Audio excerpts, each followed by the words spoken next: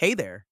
Ever heard the saying, renting is just throwing money away, but buying a home is an investment? It's like the gospel of grown up life, preached by parents and real estate agents everywhere. But is it true? Can renting actually leave you richer than buying a house? Let's dive into this with our pal Alice, a 25-year-old graphic designer who's trying to figure out if she should sign a lease or a mortgage. Buckle up because this isn't just about bricks and mortgages, it's about what makes your wallet smile in the long run. Picture Alice. She's got a decent job, a cat named Sprinkles, and $30,000 saved up. She's torn between renting a cute apartment downtown for $1,500 a month or buying a $300,000 condo with a 20% down payment. Everyone's telling her, buy, buy, buy. It's the American dream. But Alice isn't so sure. Let's break this down like we're splitting a pizza, slice by slice, so we can see which choice might make her richer. First, let's talk buying. When you buy a home, you're not just getting a place to live, you're grabbing an asset that could grow in value. It's like planting a money tree in your backyard.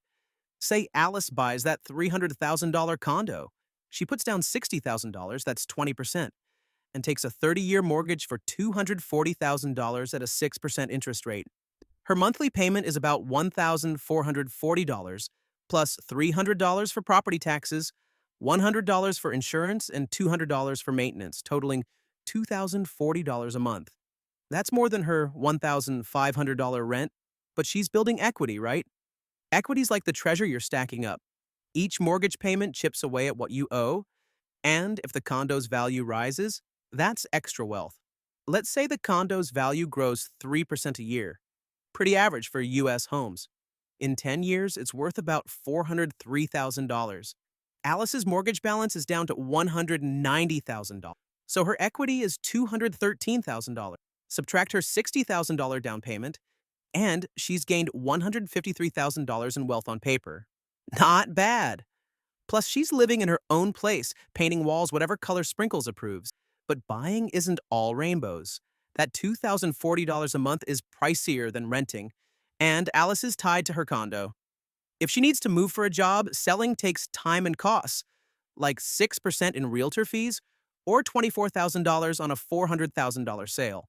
Then there's the upfront hit, closing costs, 2 to 5% of the purchase price, say $9,000, plus her $60,000 down payment.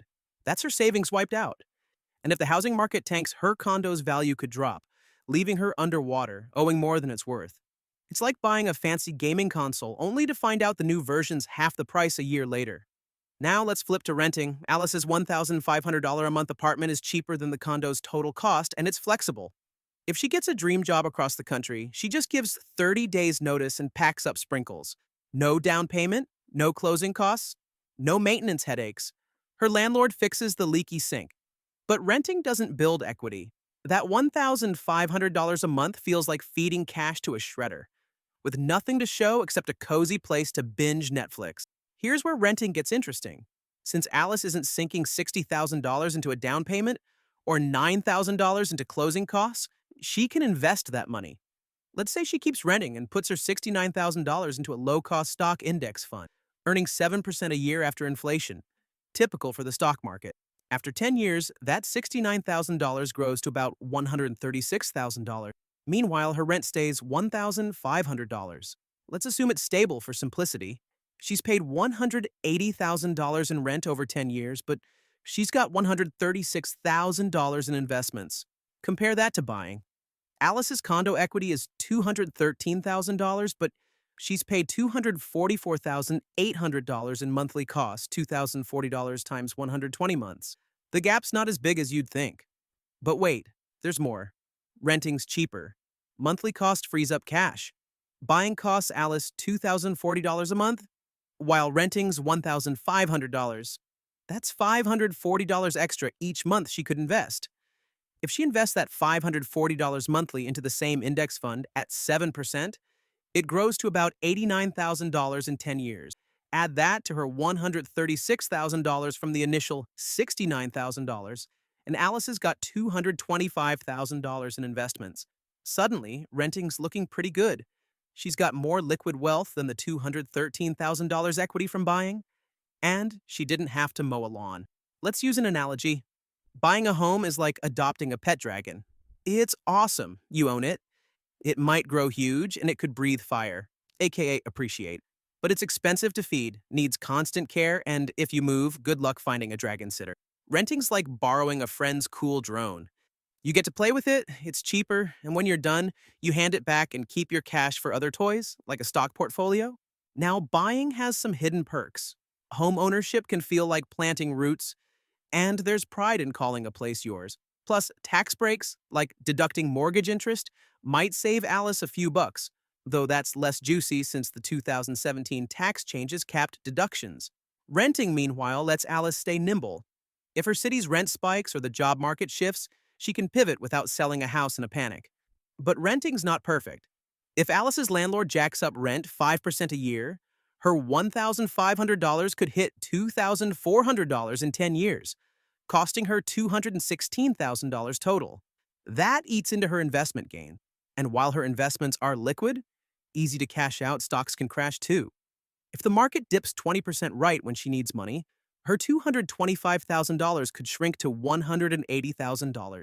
Buying's risk is tied to one asset, the condo. Renting's risk is tied to the market. It's like choosing between betting on a single horse or the whole race. Let's zoom out. Whether renting or buying makes Alice richer depends on a few things: housing market trends, rent increases, investment returns, and her life plans.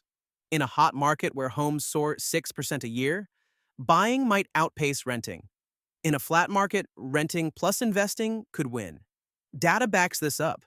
A 2021 study found renting and investing the savings often beats buying in high-cost cities like San Francisco, but buying wins in affordable spots like Detroit. Alice's lifestyle matters too. If she's itching to settle down, buying might make sense emotionally and financially. If she's a free spirit, renting keeps her options open. It's like choosing between a long-term relationship and staying single. Neither's better, but one might fit your vibe. So, in conclusion, does renting or buying make you richer? It's not a one-size-fits-all answer. Buying can build wealth through equity and appreciation, like growing a money tree, but it's costly and locks you in. Renting feels like wasting money, but the savings and flexibility let you grow wealth in stocks or other investments, often matching or beating homeownership. Alice's condo gave her $213,000 in equity after 10 years, but renting plus investing netted $225,000, close enough to call it a tie. The real key? It's less about renting versus buying and more about what you do with your money. Save, invest, and live within your means, and you're already winning. Pick the path that matches your goals, whether that's a condo with sprinkles or an apartment with a fat investment account. If you want me to make other videos explaining these topics, please like and subscribe. Thanks for watching.